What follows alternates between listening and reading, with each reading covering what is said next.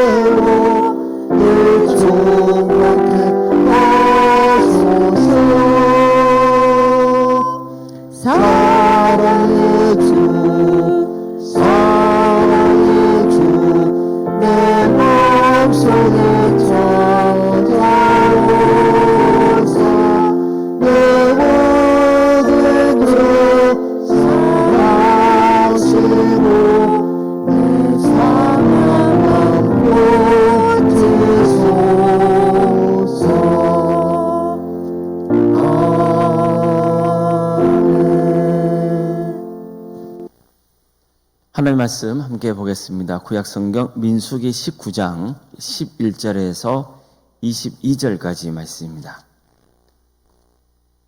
민수기 19장 11절에서 22절 말씀입니다.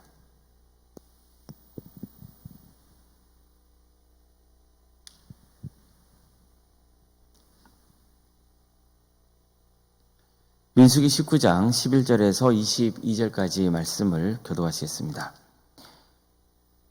사람의 시체를 만진 자는 이래 동안 부정하리니 그는 셋째 날과 일곱째 날에 제물로 자신을 정결하게 할 것이라. 그리하면 정하려니와 셋째 날과 일곱째 날에 자신을 정결하게 하지 아니하면 그냥 부정하니. 누구든지 죽은 사람의 시체를 만지고 자신을 정결하게 하지 아니하는 자는 여호와의 성막을 더럽힘이라. 그가 이스라엘에서 끊어질 것은 정결하게 하는 물을 그에게 뿌리지 아니하므로 깨끗하게 되지 못하고 그 부정함이 그대로 있음이니라. 장막에서 사람이 죽을 때의 법은 이러하니 누구든지 그 장막에 들어가는 자와 그 장막에 있는 자가 이래 동안 부정할 것이며, 뚜껑을 열어놓고 덮지 아니한 그릇은 모두 부정하니라. 누구든지 들에서 칼에 죽은 자나 시체나 사람의 뼈나 무덤을 만졌으면 이래 동안 부정하리니. 그 부정한 자를 위하여 죄를 깨끗하게 하려고 불사른 재를 가져다가 흐르는 물과 함께 그릇에 담고, 정결한 자가 우슬초를 가져다가 그 물을 찍어 장막과 그 모든 기구와 거기 있는 사람들에게 뿌리고, 또 뼈나 죽임을 당한 자나 시체나 무덤을 만진 자에게 뿌리되, 그 정결한 자가 셋째 날과 일곱째 날에 그 부정한 자에게 뿌려서 일곱째 날에 그를 정결하게 할 것이며, 그는 자기 옷을 빨고 물로 몸을 씻을 것이라. 저녁이면 정결하리라. 사람이 부정하고도 자신을 정결하게 하지 아니하면 여호와의 성소를 더럽히니 그러므로 회중 가운데서 끊어질 것이니라. 그는 정결하게 하는 물로 뿌림을 받지 아니하였은즉 부정하니라. 이는 그들의 용고한 율례니라. 정결하게 하는 물을 뿌리는 자는 자기의 옷을 빨 것이며, 정결하게 하는 물을 만지는 자는 저녁까지 부정할 것이며, 부정한 자가 만진 것은 무엇이든지 부정할 것이며 그것을 만지는 자도 저녁까지 부정하리라. 아멘. 오늘도 새벽기를 드리며 하나님의 은혜를 간구하는 모든 성도님들의 삶의 자리마다 또 하나님께서 친히 세우시고 다스리시는 동안교회 위에 하나님의 은혜와 평강이 충만하기를 주님의 이름으로 축원합니다. 바울은 인간이 어떤 존재인지를 이렇게 전합니다. 기록된 바 의인은 없나니 하나도 없으며 깨닫는 자도 없고 하나님을 찾는 자도 없고 다 치우쳐 함께 무익하게 되고 선을 행하는 자는 없나니 하나도 없도다. 그들의 목구멍은 열린 무덤이요 그 혀로는 속임을 일삼으며 그 입에는 독사의 독이 있고 그 입에는 저주와 악독이 가득하고 그 발은 피를 흘리는데 빠른지라. 파멸과 고생이 그 길에 있어 평강의 길을 알지 못하였고 그들의 눈앞에 하나님을 두려워함이 없느니라 함과 같으니라. 한마디로 모든 인간은 죄 아래에 있다는 겁니다. 모두가 죄인에 불과할 뿐이라는 거죠. 문제는 죄인인 인간은요, 오염된 그 죄를 스스로 씻어낼 수 없다는 거예요. 그러니까 이게 절망스러운 일입니다. 왜 그럴까요? 죄의 삭은 사망이기 때문입니다. 결국 우리가 죽는 것도 다 죄 때문에 죽는 겁니다. 그래서 하나님은 우리가 죄를 씻을 수 있는 그런 방법을 가르쳐 주려고 하신 거예요. 구약시대 이스라엘 백성들에게는 속건제나 속죄제와 같은 제사 방법을 가르쳐 주셔서 그들이 지은 죄를 하나님 앞에서 용서받을 수 있는 기회를 주셨습니다. 아예 1년에 한 번은 대속죄일로 정하셔서 대제사장 아론이 지성소에 들어가 전체 백성을 위해서 속죄의식을 행하게 하셨습니다. 죄를 지은 자는 마땅히 그 죄값을 치러야 됩니다. 하지만 하나님은 제물에게 그 죄를 전가시켜서 대신 죽게 하고 죄인을 용서해 주고자 하셨습니다. 하나님은 더 나아가서 흠없는 붉은 암송아지를 잡아서 불로 태워 재로 만든 다음 물과 함께 섞어서 뿌리면 정결해진 것으로 해주겠다고 말씀하시죠. 이처럼 하나님은 어떻게 해서든지 죄를 용서받을 수 있는 기회를 주려고 하시는 겁니다. 이것은 엄청난 은혜입니다. 암송아지를 불태워서 생긴 그 재와 섞은 물, 즉 잿물은요, 그 자체에 어떤 특별한 효험이 있기 때문에 죄가 사해지는 게 아닙니다. 핵심은 하나님의 마음이에요. 하나님은 어떻게든 죄인들의 죄를 용서해 주시려고 이런 방법까지 동원하시는 거예요. 어떻게 해서든지 정결해지길 바라는 그 하나님의 마음이 이 속에 담겨 있는 거죠. 성도 여러분, 우리가 늘 명심해야 되는 것은 하나님은 죄를 미워하신다는 겁니다. 우리가 세상과 다르게 살기를 바라세요. 거룩하게 살기를 바라시는 겁니다. 하나님을 믿고 말씀에 순종하며 살기를 바라세요. 그래서 그들이 거룩하게 사는 모습을 보고 이방 사람들이 하나님을 믿고 경배하는 역사가 있기를 기대하시는 거예요. 이게 이스라엘 백성들에게 주어진 소명인 거예요. 그들의 바른 삶을 통해서 하나님을 신실하게 믿고 섬기는 그 삶을 통해서 세상 사람들이 그 모습을 보고 하나님께로 돌아오게 하라는 것. 이게 하나님의 구원 계획인 거예요. 그들에게 주어진 소명의 자리예요. 하지만 그들은 어땠습니까? 그 소명을 다하지 못하죠. 그들은 하나님의 뜻을 거스릅니다. 불순종해요. 가나안 땅으로 인도하겠다는 하나님의 약속을 믿지 않았어요. 그들은 애굽 땅에서 구원해 주신 하나님의 은혜를 헌시짝처럼 내던져버리고 다시 애굽으로 돌아가려 했습니다.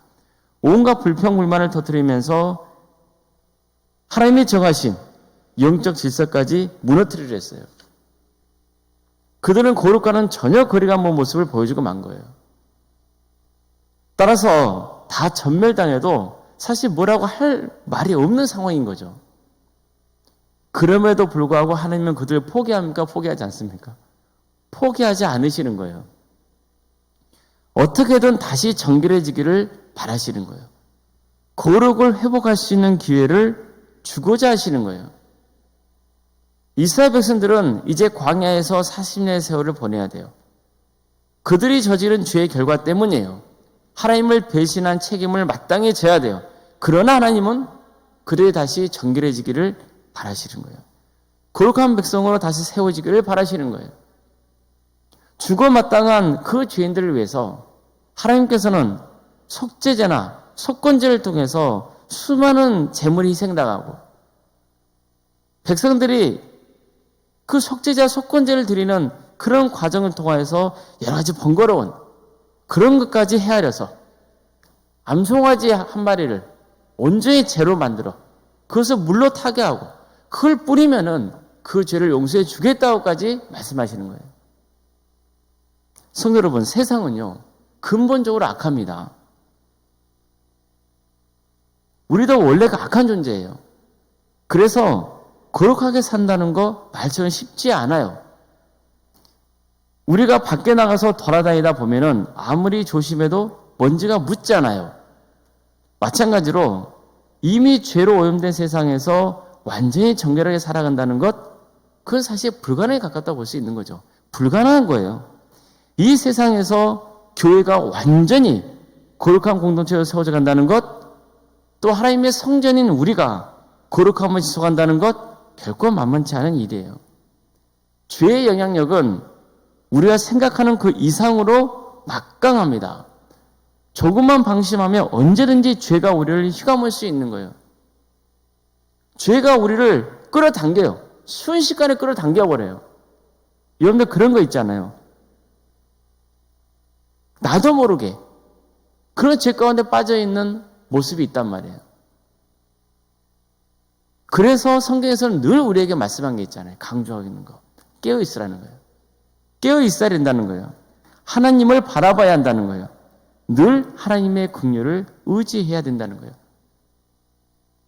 본문을 보세요. 본문에서는 죽은 자를 만진 사람들의 부정함에 대해서 말씀하고 있어요. 시체에 닿은 사람은 부정하게 되었기 때문에 사흘째 되는 날과 7일째 되는 날에 붉은 암송아지를 불살라서 그 남은 죄로 어떻게 합니까? 물에 타고 스스로를 정결하게 해야 된다는 거예요.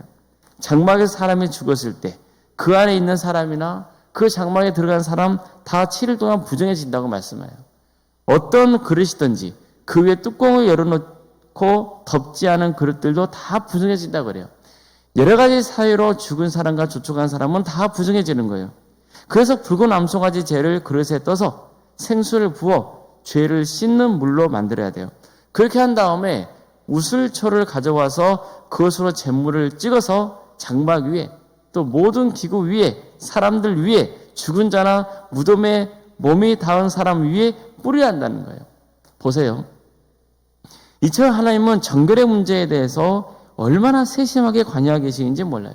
그만큼 죄라고 하는 것이 여기저기 퍼져 있는 데다가 죄의 전염성이 심각할 정도로 빠르기 때문이에요.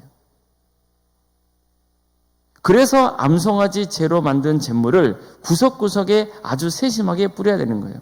하나님은 이런 의식을 통해서 죄는 반드시 철저하게 씻어내야 한다는 것, 그리고 절대로 죄의 영향력을 간과해서는 안 된다는 것을 동시에 가르쳐주고 있는 겁니다. 여러분 항상 이걸 명심하셔야 돼요. 나 한 사람이 죄 가운데 빠지면 그 죄는요, 그 가정에 영향을 미칩니다. 그래서 그 가정이 죄로 물들어 버립니다. 내가 죄를 지어서 망가지면 그 영향력이 그대로 가족에게 가는 겁니다. 그 가족에게 아픔이 되고 상처가 되는 거예요. 근데 그 상처와 아픔이요, 또 다른 전염성을 낳게 되는 거예요. 나 한 사람이 그 죄의 늪에서 빠져나오고 그 죄를 끊어내는 것이 그렇게 중요한 거예요. 오늘 본문은 그걸 말씀하고 있는 거예요. 죽은 시체, 그것은 뭘 상징합니까? 죽음은 죄의 결과잖아요. 그래서 죽은 자는 그 사람이 뭐라는 거예요? 죄인이라는 것을 상징하고 있는 거예요. 그런데 뭐예요? 그 죄에 사람의 몸이 닿아요. 직간접적인 영향을 미친다는 거예요. 그 집안에 뚜껑을 덮지 않은 그릇에도 영향을 미친다는 거예요. 이것은 전부 뭐예요? 그 죄의 영향 안에 있다는 거예요. 그래서 또 어떻게 해야 된다는 거죠? 뭘 강조하고 있는 겁니까? 가만 놔둬서는 안 된다는 거예요. 어떻게 해서 이제 그 죄를 정결하게 해야 된다는 거예요. 그런데 그 정결할 수 있는 방법은 뭐예요? 하나님의 방법을 취해야 된다는 거예요. 하나님께서 그 죄를 용서해 주셔야만 정결할 수 있다고 하는 것, 그것을 말씀하고 있는 거예요. 하나님은 죄를 미워하십니다. 죄를 완전히 안 지을 수는 없지만 늘 정결한 삶에 대해 깊은 관심을 우리는 가져야 되는 절대적인 이유예요. 어쩔 수 없이 우리는 죄를 지을 수밖에 없다. 그럴 수밖에 없다. 그렇게 치부하면서 대충 살면 안 되는 거예요. 다른 사람도 다 그렇게 사는데 그러면 안 된다는 거예요. 그럼에도 불구하고 최대한 거룩하게 살기를 바라고 실천해야 되는 거예요. 성경에서 자꾸 강조하잖아요. 악은 모양이라도 버리라. 선으로 악을 이겨야 된다. 이것을 늘 성경에서는 강조하고 있는 거예요. 그래서 우리 모두가 정말 주님의 거룩한 자녀로 살아서 주님께 기쁨을 드리고 또 우리 가정이 하나님 안에서 거룩한 가정이 되고 우리 동암교회가 거룩한 공동체가 되고 그래서 하나님의 은혜가 임하며 하나님의 축복이 함께하는 복된 가정, 복된 교회가 될 수 있기를 주님의 이름으로 축복합니다. 기도하시겠습니다. 사랑하는 하나님, 오늘도 우리에게 새로운 날을 허락해 주심에 감사드립니다. 말씀을 통해서 우리는 죄 아래 있는 그런 존재일 뿐이고 세상이 죄로 물들어 있다는 것을 다시 한번 깨닫게 하시며 감사드립니다. 그렇기에 우리는 하나님을 바라봐야 되고 하나님의 긍휼을 온전히 의지해야 된다는 것을 깨우쳐 주심에 감사드립니다. 죄의 영향력이 엄청나다는 것, 우리 스스로는 그것을 끊어낼 수 없다는 것, 그래서 하나님의 은혜가 간절하다는 것, 그러나 하나님을 붙들고 살아가면 우리는 죄의 영향에서 벗어나 거룩한 자녀로 살아갈 수 있다는 것, 그것을 말씀해 주셔서 감사드립니다. 그게 우리의 소망입니다. 주님, 우리 가정이, 우리 교회가, 우리 나 자신이 주님의 긍휼에 의지하여서 죄에서 벗어나 거룩함을 회복하는 역사가 있게 하여 주시옵소서. 그래서 정말 하나님께 기쁨을 드리고 이 땅에 살아가는 동안 한 사람도 없이 구원의 은혜를 끝까지 누릴 수 있도록 주께서 친히 함께하여 주시옵소서. 동함교회를 세워주시고 지금까지 지켜주신 은혜에 감사를 드립니다. 예수 그리스도의 피 묻은 그 복음을 붙드는 교회가 되게 하여 주시고 사랑으로 하나 되게 하여 주시옵소서. 죄가 악에 침투하지 못하도록 성령님 막아주시고 우리를 새롭게 하여 주시옵소서. 우리 교회가 세상에 선한 영향을 끼치는 거룩한 교회가 되게 하여 주시옵소서. 하나님의 역사로 신앙의 명가를 세워가고 예수님의 말씀으로 인재를 양성하고 성령의 능력으로 선한 영향을 끼치는 거룩한 교회가 되게 하여 주시옵소서. 특별히 오늘 저녁부터 정교인 찬양 집회를 하게 됩니다. 우리 성도들 하나님을 경배하고 찬양하고자 하는 그 간절한 마음을 붙들게 해주시고 이 자리에 참여하여서 주께 영광 돌리는 역사가 있게 하여 주시옵소서. 그래서 우리의 잠자는 영혼이 깨어나고 하나님의 찬양함과 경배함의 기쁨이 가득 넘치는 복된 자리가 되게 해주시고 성령께 친히 임하여 주셔서 회복되고 치유되고 변화되는 역사가 있게 하여 주시옵소서. 그래서 주님을 인격적으로 만나고 그 삶이 하나님의 은혜로 풍성해지는 역사가 있게 하여 주시옵소서. 캄보디아 단계 선교팀을 구성하고 있습니다. 모든 진행하는 과정 가운데 주께서 함께 해주시고 우리 도암교회가 이런 교회를 통하여서 땅끝까지 복음을 증거하는 거룩한 교회로 세워져 갈 수 있도록 주께서 친히 함께하여 주시옵소서. 항정지 선거를 또 진행하고 있습니다. 주님, 이 모든 과정 가운데 주께서 함께하여 주시옵소서.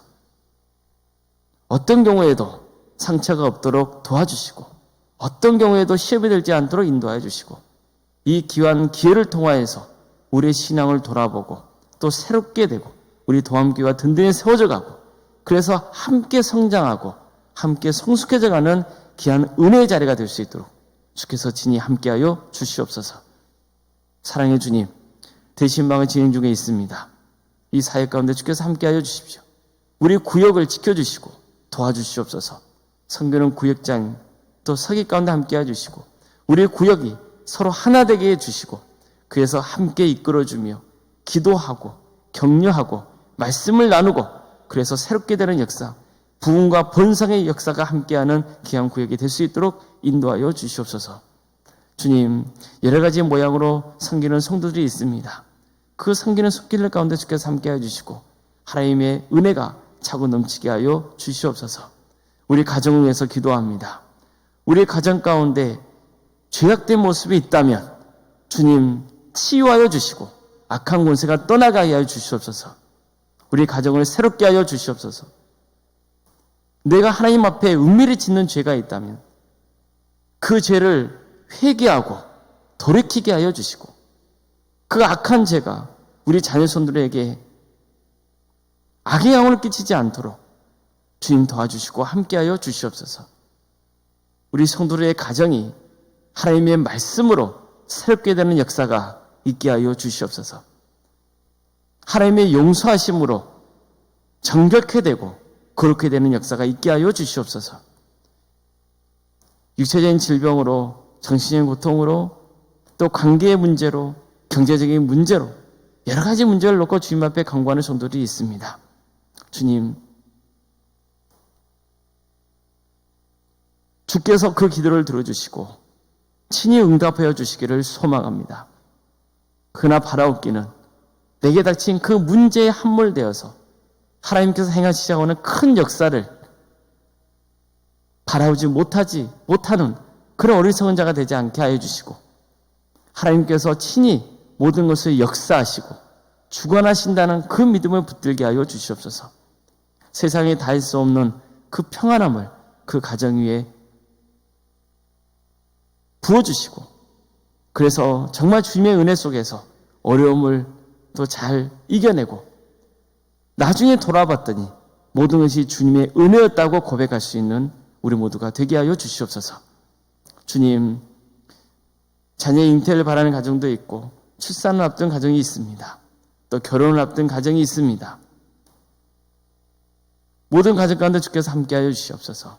믿음의 가정으로 든든히 세워진 역사가 있도록 도와주시옵소서. 취업의 문제, 또 결혼의 문제, 또 사업의 문제, 직장의 문제, 우리 자녀손들의 또 삶 가운데 여러 가지 문제들, 이 모든 것들을 주님 앞에 맡겨드리오니 주여 새롭게 하여 주시옵소서. 도와주시고 함께하여 주시옵소서. 학업으로 직장으로 공범으로 여름병 가운데 해외 나가는 성도들 어디에 머물러 있건 그들의 안전을 지켜주시고 그들의 하나님의 영광 위에서 살아갈 수 있도록 인도하여 주시옵소서. 예배자의 삶의 길을 가게 하여 주시옵소서. 언론생과 사모님 성령 충만케 하여 주시고 피하는 축복을 보여주시며 신앙의 명가를 세워갈 수 있도록 도와주시고 성령적인 교회 위에 하나님의 축복과 은혜가 차고 넘치게 하여 주시옵소서. 주님, 우리 교회 장로님, 안수 이사님, 권사님, 집사님, 교육자, 주님 가까이 직분을 맡겨주셔서 감당케 하심에 감사드립니다. 정말 겸손한 마음으로 나는 무익한 종이라는 그런 고백과 함께 신실하게 주님을 섬기게 하여 주시고 그 섬김을 통하여서 하나님께 칭찬받고 또 함께 섬기는 성도들에게 정 귀감이 되는 존경받는 복된 직분자들이 될 수 있도록 주께서 친히 함께하여 주시옵소서. 이 땅에 주께서 세워주신 그 거룩한 성도들을 통하여서 이 세상 구석구석이 어두움이 떠나가게 하여 주시고 하나님의 나라가 임하는 역사가 있게 하여 주시옵소서. 이 나라를 국력해 주시고 회복시켜 주시기를 소망합니다. 북한 땅을 열어주시고 그곳에 많은 교회를 세워져 수많은 영혼들이 주님을 믿고 구원받는 역사가 있도록 인도하여 주시옵소서. 하나님 나라를 위해서 친히 헌신하고 있는 그 목회자들, 선교사들을 주께서 기억하여 주셔서 그들의 헌신을 통하여 많은 구원에 맺은 축복을 허락하여 주시옵소서. 오늘 하루의 삶을 주님께 온전히 의지합니다. 하나님의 축복이 충만히 임하는 거룩한 하루가 되게 하여 주시옵소서. 거룩하신 예수님의 이름으로 기도드리옵나이다. 아멘. 하늘에 계신 우리 아버지, 아버지의 이름을 거룩하게 하시며 아버지의 나라가 오게 하시며 아버지의 뜻이 하늘에서와 같이 땅에서도 이루어지게 하소서. 오늘 우리에게 일용할 양식을 주시고 우리가 우리에게 잘못한 사람을 용서하여 준 것 같이 우리 죄를 용서하여 주시고 우리를 시험에 빠지지 않게 하시고 악에서 구하소서. 나라와 권능과 영광이 영원히 아버지의 것입니다. 아멘.